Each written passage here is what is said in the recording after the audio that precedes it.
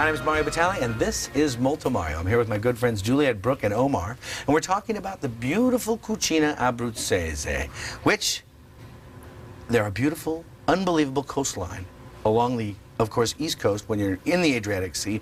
And the dishes that we're going to make today are based on a town called Pescara, a beautiful town in the middle of Abruzzo. Where's Abruzzo? Abruzzo? I'm so glad you asked. Abruzzo is right here on the eastern coast. Here's Puglia.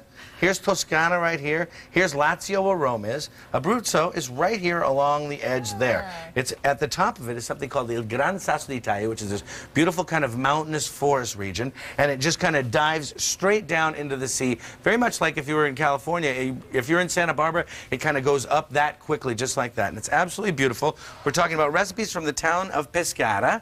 And the dish, the name of the show we're going to call is called Sugo di Razza, which is actually the ragu of skate wing that they love so much. And it's all served all over the South, but most particularly Abruzzo and its almost brother province, that of Lazio, which is where Rome is. And a lot of these dishes that you'll find in the Abruzzese cooking, particularly the seafood dishes, although they're on entirely different coasts, one on the Adriatic and one on the Mediterranean, they have a very similar kind of feel and similar taste to them. The first dish we're going to make, though, is called pane con le uova, which is an egg bread made with potatoes. And it's not at all something you would see in Rome. This is almost very specific to Abruzzo and almost very specific to the town of Pescara. And when you talk about the variations in bread and culture and spaghetti and everything, it changes not only from region to region, but from town to town within regions. And that's why this is such an interesting bread. And it's a beautiful first course, and it's not traditional that they'll serve a first course with just bread, but this one's livened up with a little sauce made from agrumi, or the citrus fruits, and you're going to see how simple and delicious it is. Now, the first thing we did is we took a potato, we peeled it, we cut it into pieces, and we just boiled it. And this is not an al dente potato. This is a potato that's been cooked all the way through. And while it's still warm, we're going to pass it through our food mill. Now, food mills you can buy, this is the best kind. It's a solid piece of metal, not just a little handheld one. The size of the hole you can vary because you can buy 3 or 4 different kind of blades, as it were, that's on the bottom. This one's relatively rough cut, pretty thick, because we really want to kind of feel that potato when we're finally making the soup. The way we use it, exactly like a ricer. We just call it a simple food mill, and you just pass it through like so. And it just mushes right through. And this is exactly the same kind of technique that you would use if you were making gnocchi or anything else where you want everything to be nicely ground and not mashed. If you were to mash this up with your fork, you might start to create kind of that starchy stickiness, which is something we definitely don't want to happen. So now we take the potato out, and we're going to toss it right back into our, we're going to put it right on the board here for a second while we create the well method that we're going to make our bread with. So now we'll take about 4½, 5 cups of flour. And before we get to this point, careful, it's a little snowy over there, guys. It'll be all right. The key to making bread, the key to understanding it is making sure that you understand that it's really better to add more of the dry more wet ingredients than dry ingredients than if the recipe. What we're going to do is we're going to actually hold back about ½ cup of whatever dry ingredient that we're actually using, and I'll make it look more like ½ cup, because it's a lot easier to knead things into it, and it's a lot easier to add dry ingredients to a wet ball than to try to try to liquefy a really dry ball. So what we're going to do is we're going to take eggs, and this is an egg bread to which we're going to add these potatoes. So I'm going to throw the potatoes in first, right in with the well. We're going to take 8 eggs, which are going to make up literally 50% of our liquid portion of this bread. And then over here I have basic dry active yeast. I've activated it with warm water, and you have to be careful with the temperature of the water. You want to make sure that it's not too much over 120 or not too much below 70. If it's below 70, it just never happens, and if it's below 120, it could tend to cook it. Exact numbers I'm not sure about, so follow it up with your technology, but if it's a hot tap water is about all you need to do.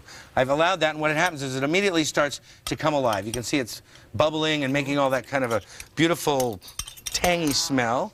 And what we're going to do now is just take the yolks, the eggs, and mix the whole thing together just like so. Now, before I get too much further, we're adding another flavoring. We're using a little bit of melted pig fat. That's right, lard.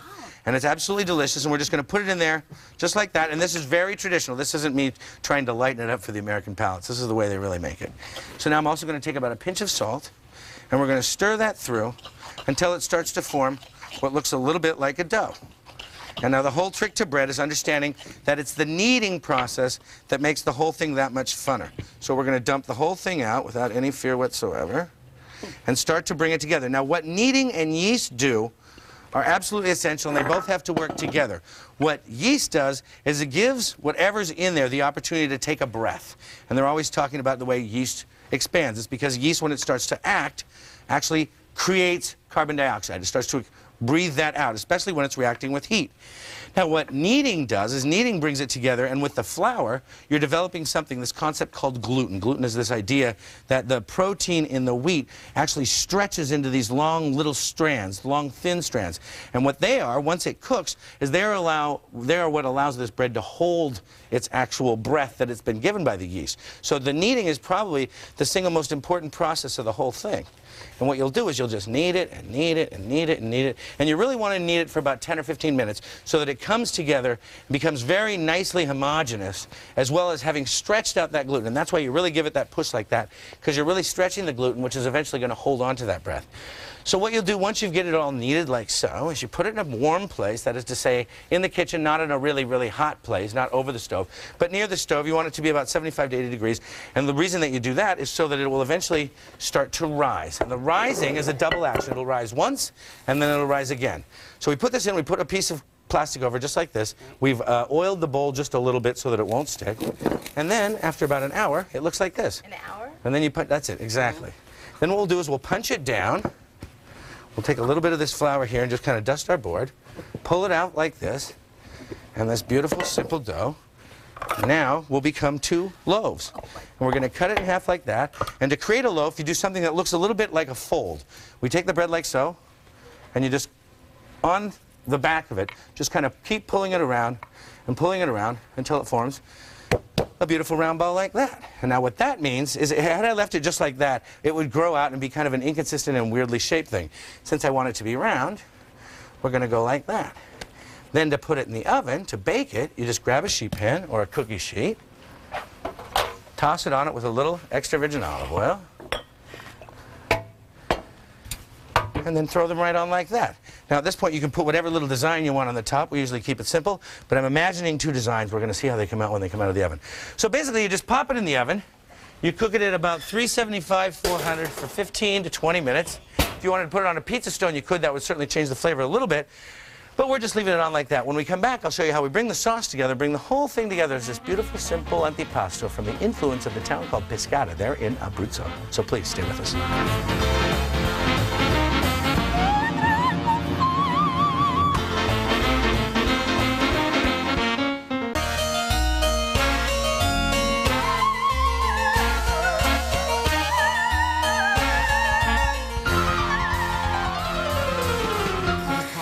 Welcome back.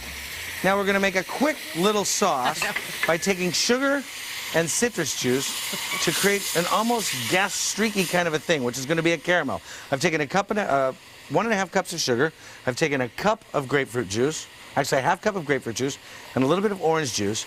And we're going to reduce that down with the tiniest splash of white wine, red wine vinegar, and create a very interesting sauce that's going to really be the kind of crowning glory of this very simple bread. It's going to be relatively thin, it's going to be light, but it's going to have all of that intense citrus flavor that we love so much. Now the bread, of course, looks like this when it comes out, and as I imagined it, it added some initials, B and L. Benno and Leo, my 2 boys. Aww. Who would have figured? So cute. Now the trick to this is a family show. It's a total family show. Now the next thing we're going to do while our sauce is just sitting here cooking away is we're going to take a little bit of a grapefruit and we're going to do what they like to call supreme. That is to say, we're going to cut it just like so. Actually, let's use this one. We cut the skin off and the pith at the same time by removing the top just like so, and then coming around this side and doing the same thing. We'll allow our bread to rest. And then just cutting inside the actual peel all the way down, we leave just perfectly cut segments that have virtually no skin whatsoever in them. And that's what makes them so darn good. Now I can tell just by listening to it, and one of the most important things about good cooking is the auditory component. You can hear that sauce starting to change texture altogether. That's exactly what we want it to do. And eventually it's going to bubble up like this. We're going to drop the heat just a little bit. And then it's going to go back down, and then it's going to become silent because the sugar has taken over and started to become caramel. Now, to continue this is an interesting thing, and this would probably be served at a late merenda, a late morning merenda. That is to say, kind of a between meal snack. and we're going to serve it with just a little bit of a beautiful cheese. In fact, this cheese, bread, and fruit sauce thing all comes together and becomes a beautiful little pane di patate in the style of pescara. So that's as simple as it gets. I'm going to take the sauce, which is now just coming down perfectly. We're going to move our grapefruits over just a little bit, and then we'll cut straight across the top. And you can tell it has a very interesting crumb, this bread, because the eggs have given it an incredible kind of a sweetness. And it's just steaming and hot and perfect. And there you go. You just lay it on like so. 1, 2, 3, and 4. Then over the top of that, a few of these segments. The crust sounds great. The crust sounds exactly like what you want. Yeah. And then you'll just take this very kind of light glazy caramel and just pour it over that. I'm not done yet, guys. And then, to finish it off, a little cheese. Now, what kind of cheese again? This is a beautiful cheese called scamorza. It's the same cheese as a mozzarella, but it's been allowed to kind of dry over a little bit of a hearth. What they'll do is they'll make mozzarella, then they'll tie up the ones that they want to make in scamorza, and they'll just hang them over the hearth and let them to dry or kind of smoke and age for 10 to 15 days. Then they're ready to go and you eat it. Go ahead, guys, pass it around. The most famous scamorza comes from a town called Rivisondoli, which is in the mountains above Pescara, behind it. Now, the next dish is a classic that you're familiar with if you've ever been to Rome. They often enough serve it with different kinds of pasta. Buon appetito, by the way. Grazie. But this one we're going to make with a hard, dry pasta and some broccoli. Now, broccoli we're going to just cut into some segments, relatively roughly. We're not looking them to look like florets, and we're going to toss them in the water. The main ingredient, the main event of this whole dish, is something called razza. And razza is a skate wing. If you've ever seen a skate in the sea, if you've ever been in the Caribbean or all over the Mediterranean, they have them. They look like giant floating ears. And they're soft, and they just look like these beautiful kind of Maybe wingy your things. ears. Well, my ears don't get that brown, but they could if I was in the sun too long. And when you buy it, you just buy the wing. It's just the outer fins of it, and it's got this beautiful kind of fibrous and gelatinous texture to it, and it's absolutely great. And what you'll do is you'll have your fishmonger clean it for you, and what he'll do is he or she will just scrape it off, and in the middle here, there's almost kind of like this comb of gelatinous, fibrous texture. And on both sides, you'll have a skin, and the way you remove the skin is just by pulling it away like so, and just scraping it along like that. Now, you don't want to eat the skin by any means, but you do want to remove it. And the way to do it is you just get underneath it like so, and you just scrape it along like that, and remove it like so. Then, pull it away like that, and then on the inside, you have that beautiful flesh. So what you want to do is scrape it along like that, come along scraping there all the way, and then just remove the flesh in pieces like so from the skin. And it's going to fall apart, so we don't ever even break it up or chop it up. It's going to fall apart all by itself. Now, to make the sauce, we're going to actually use the cooking liquid of the broccoli to be actually the broth itself. So it's very, very simple. We're going to take about 6 cloves of garlic, this is a very aggressive amount of garlic for most of Abruzzo, but in this particular seafood dish, we love it because it's really the only aromatic involved. We have the broccoli water, and the pasta, as well as a little bit of chilies and olive oil, and that's really kind of the cleanliness of this whole dish. We're going to take our garlic.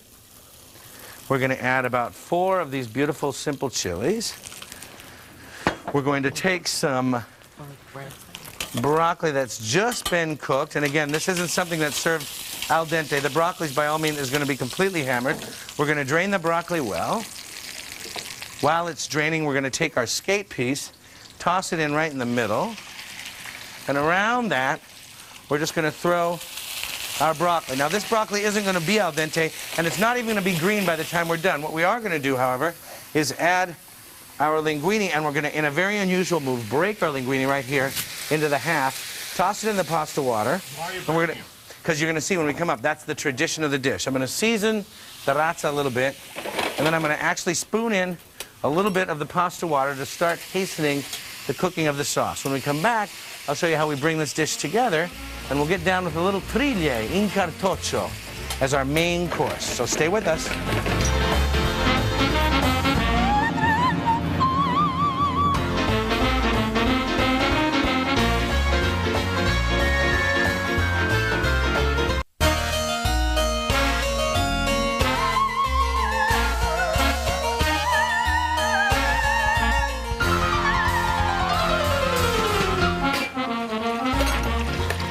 back.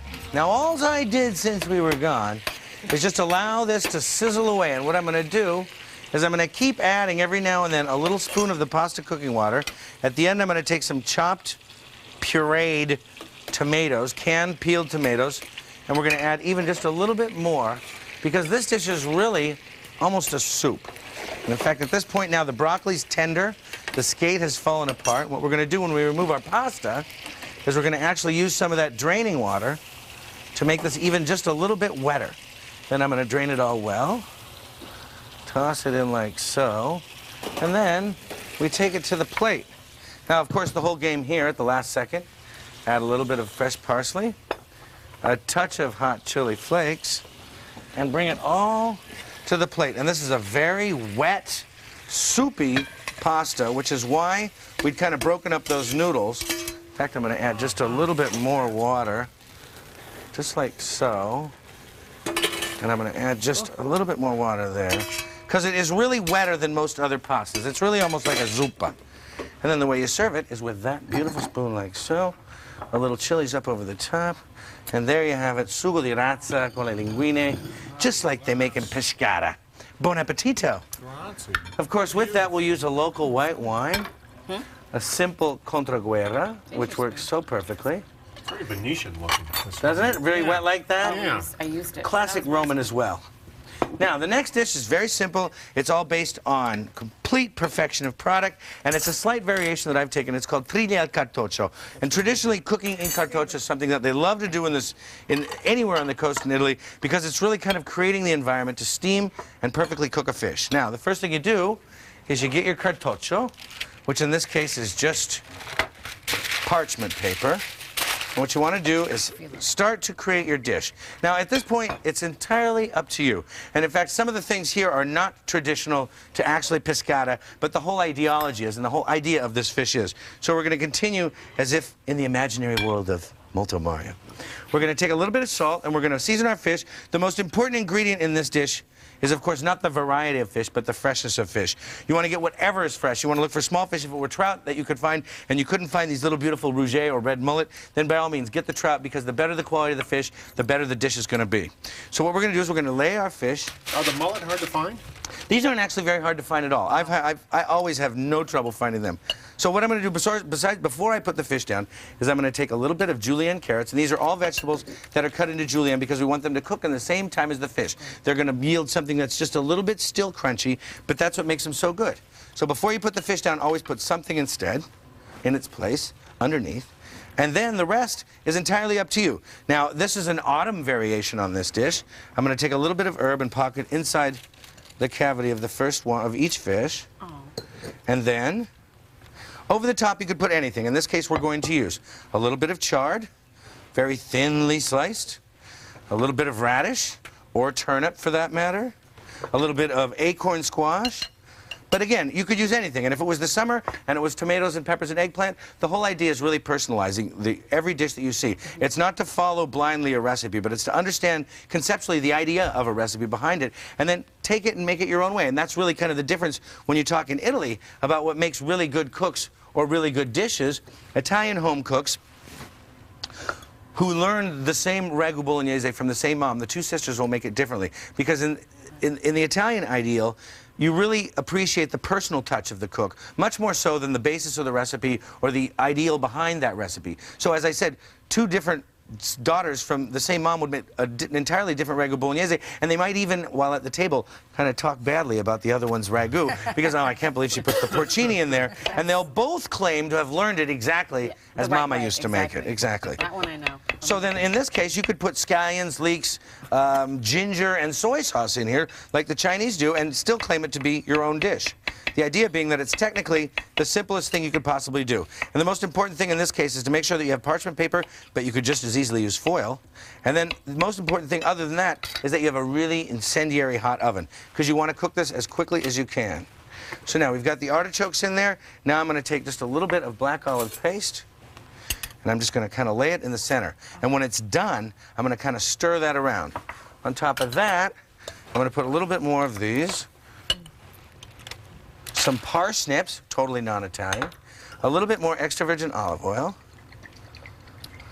and then just a touch of wine to kind of create that perfect steaming environment. And what you're going to get out of all of these vegetables is this complex kind of steam room that's going to give it all the best flavor that you can possibly have from this.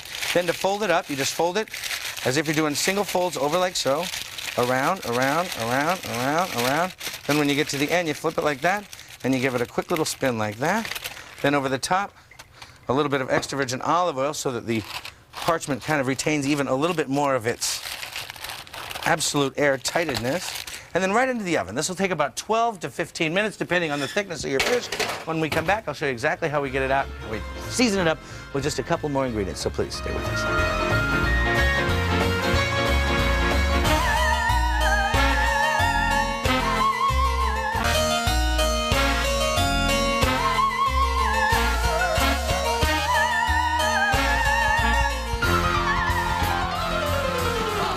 Oh, yeah, baby. How's that, huh? Who's delivering the mail today, huh? That's what I want to know. Now, you bring it to the table like that, and if you were going to take a couple of extra seconds, right when it came out of the oven, you'd want to immediately pierce that, and it would take you the few seconds to get if your kitchen's a long way from your dining room. We can save past the left wing of the library down there. Because what will happen is that if it sits there for even like a minute, it will start to immediately collapse. But if you cut it, then you reduce the pressure difference from inside to outside. Now, to serve it, you bring it to the table like that, and you just cut it open like so. You can see it's got everything in it, and the only way to finish something as perfect like that is just to drizzle it with a little bit of extra virgin olive oil and a touch of chilies. Then you bring everyone's plate out, and that's the way it goes. I want to thank you guys for being here. You made it a heck of a lot of fun. I want to thank you guys for being here, and I hope to see you on the next Molto Mario.